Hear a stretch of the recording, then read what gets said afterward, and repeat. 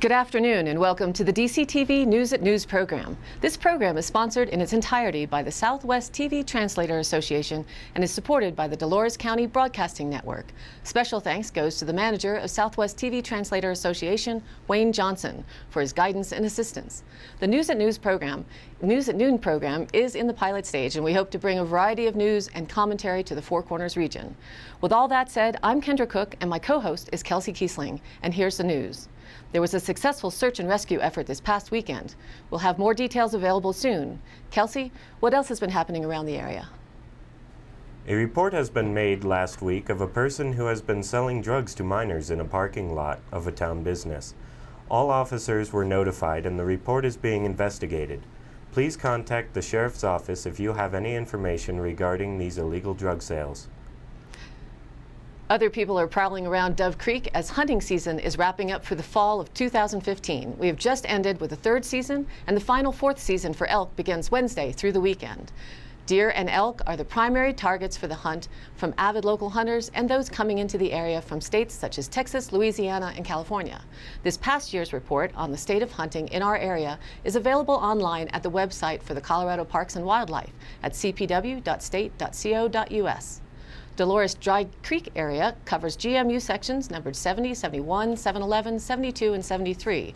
According to CPW, this area covers a 2,800 square mile landscape from the west side of the Uncompahgre Plateau to the Utah state line and south to the New Mexico border.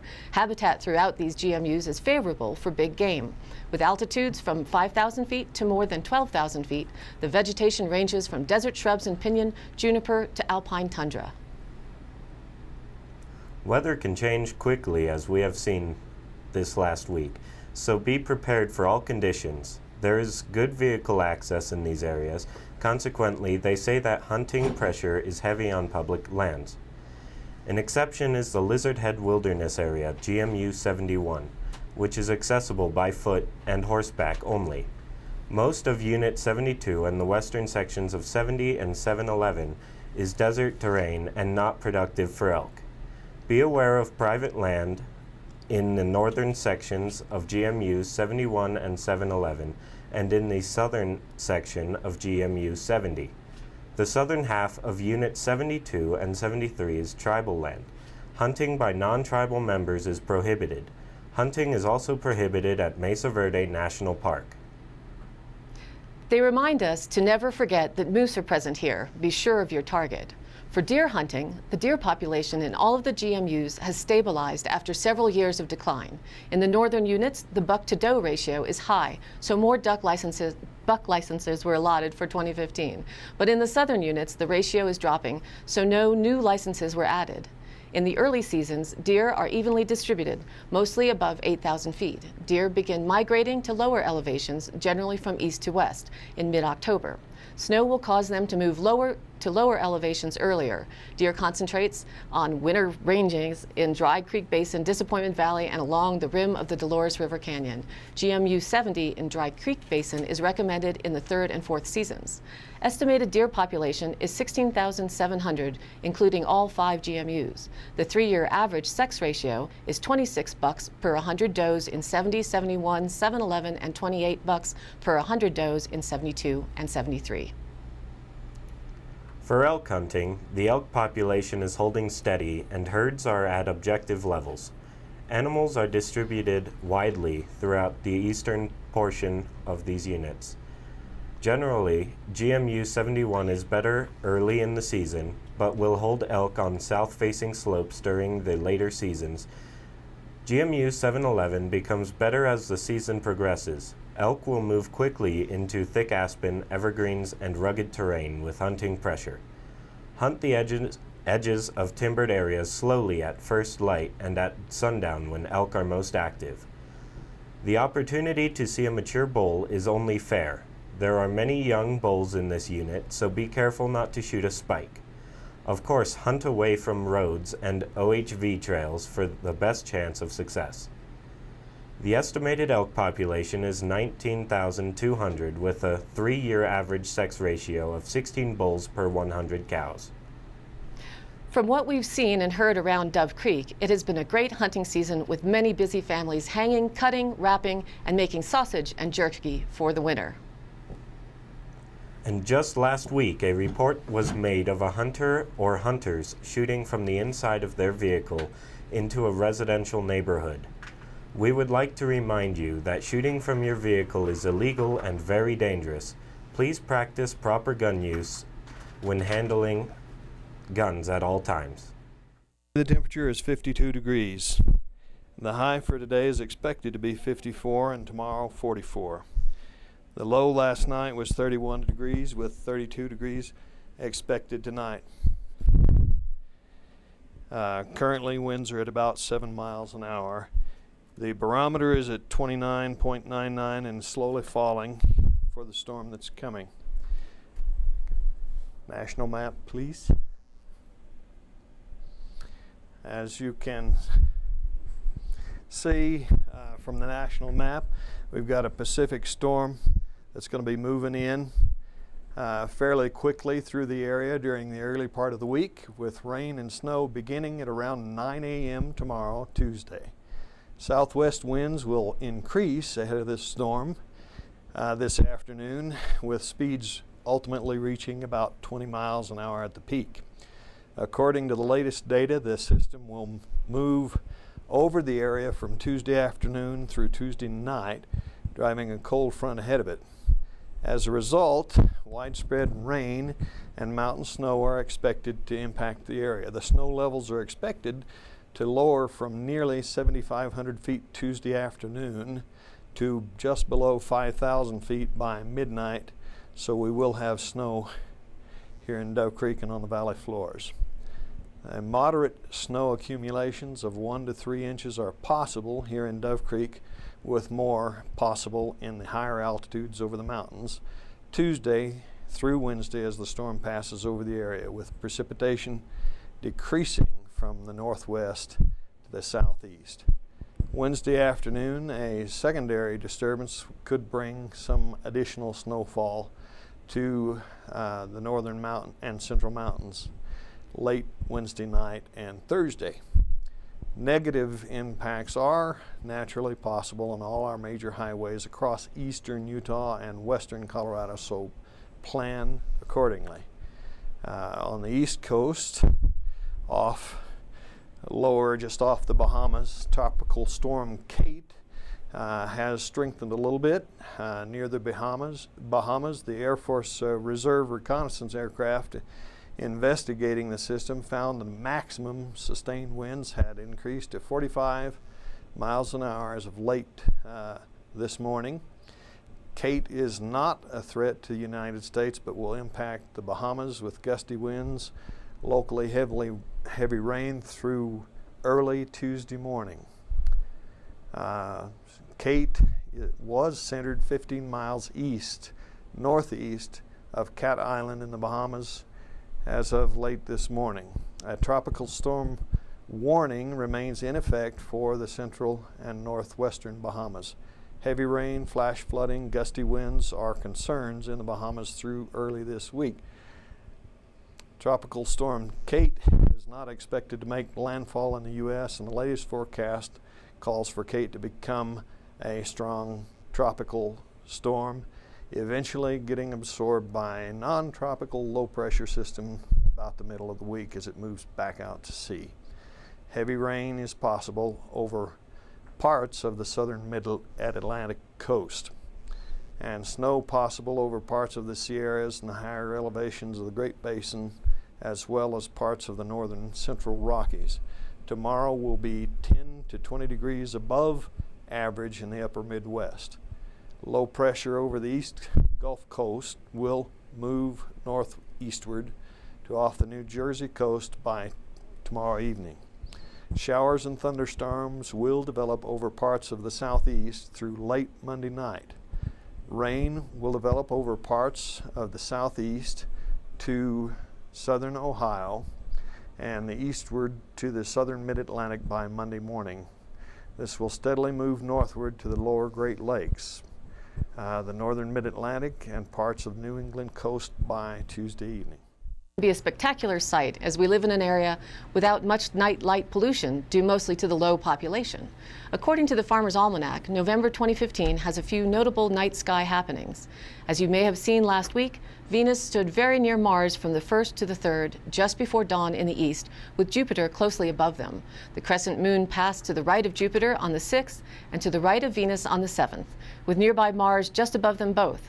This planet group forms a nice little triangle, although the Martian point at magnitude 1.7 is so dim that it might easily be overlooked, as Venus is 200 times brighter. Look at the crescent moon to see Earth shine. A faint glow on its dark portion is caused by reflection of sunlight from the Earth. And coming up after Thanksgiving, Saturn passes behind the Sun in a conjunction on the 29th, ending its evening star roll. In national news, as he attempts to break a world record, renowned Today Show host Al Roker will greet the early hours this morning, November 9th, with a live weather forecast at the Four Corners Monument, according to a report in the Durango Herald. Called Rockerthon 2, Taking America by Storm, Roker's endeavor to break the Guinness World Records for fastest time to report a weather forecast from all 50 U.S. states and the District of Columbia in just 1 week. It follows last year's inaugural Rockerthon, during which the weatherman set a Guinness record by delivering live weather reports for 34 hours straight. Roker's week-long nationwide jaunt around the country started on November 6th in Hawaii, and if all goes according to plan, Roker will end up back in New York November 13th. Throughout the nationwide trek, Roker will support Feeding America, an organization dedicated to fighting hunger. From 5 a.m. to 8 a.m. this morning, Roker was at the Four Corners Monument, where the states of Colorado, Utah, Arizona, and New Mexico meet.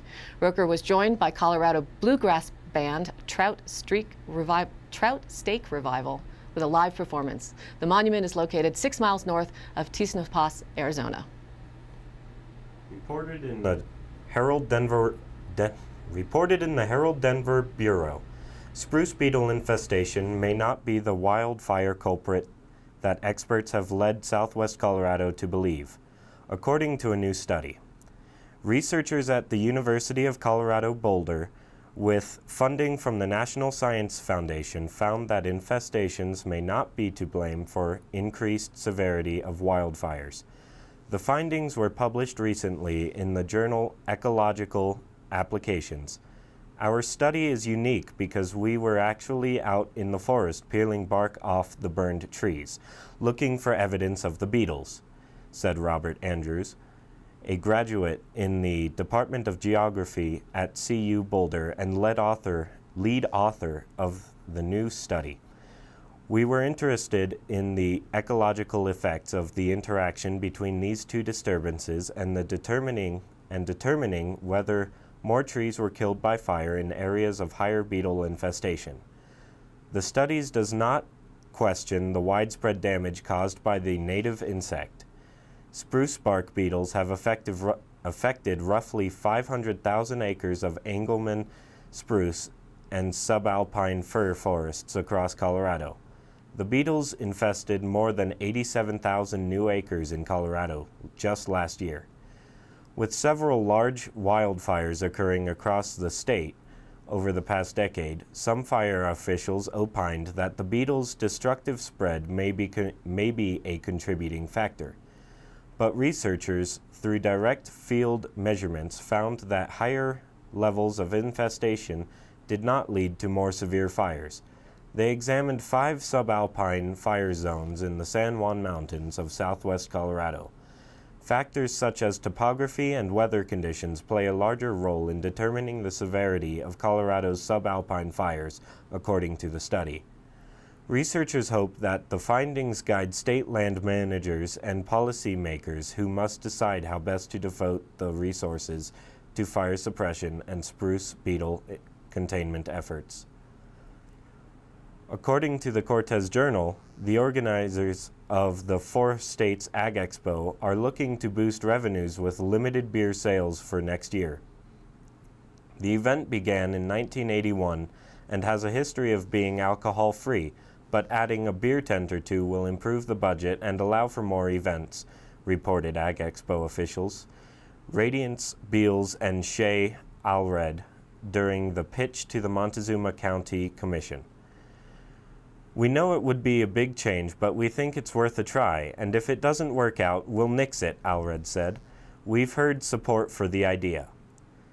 Safety would be paramount if the plan is approved, Allred said. Servers would be certified and only beer would be sold, no hard alcohol. Additional security would be in place and the Ag Expo would help cover costs for more sheriff personnel at the event. Ag Expo security and sheriff deputies would monitor sales and check drivers of departing vehicles. Also, any areas of beer sales and consumption would be kept away from youth events. The commissioners were cautiously supportive, but only if the sales and consumption were contained in one or two areas. All three were opposed to opening the majority of the Ag Expo event grounds for alcohol consumption. I'm reticent to the idea of people walking around with a beer in hand because there are a lot of children at the event, said Commissioner Keenan Ertel. If you want to have a beer, have that available in a controlled space set up for that. The two possible locations discussed were at the outdoor arena and the indoor arena. A liquor license would be required, and it was suggested that sales would be from noon to 5 or 6 p.m. Supporters of beer sales point out that the Ag Expo attracts industry clientele and is geared towards professional seminars and education. The additional revenues would help improve the expo and expand the educational seminars and events, Beals said. Last year, 8,000 people attended, and if just a portion of the adults bought a beer, earned revenues could jump by the thousands of dollars. The commissioners requested that vendors be polled in the area and the results be reported back to them. The issue will be revisited and voted on later this month. The 35th annual Four States Ag Expo is March 17th, 18th, and 19th, and the theme is American Roots.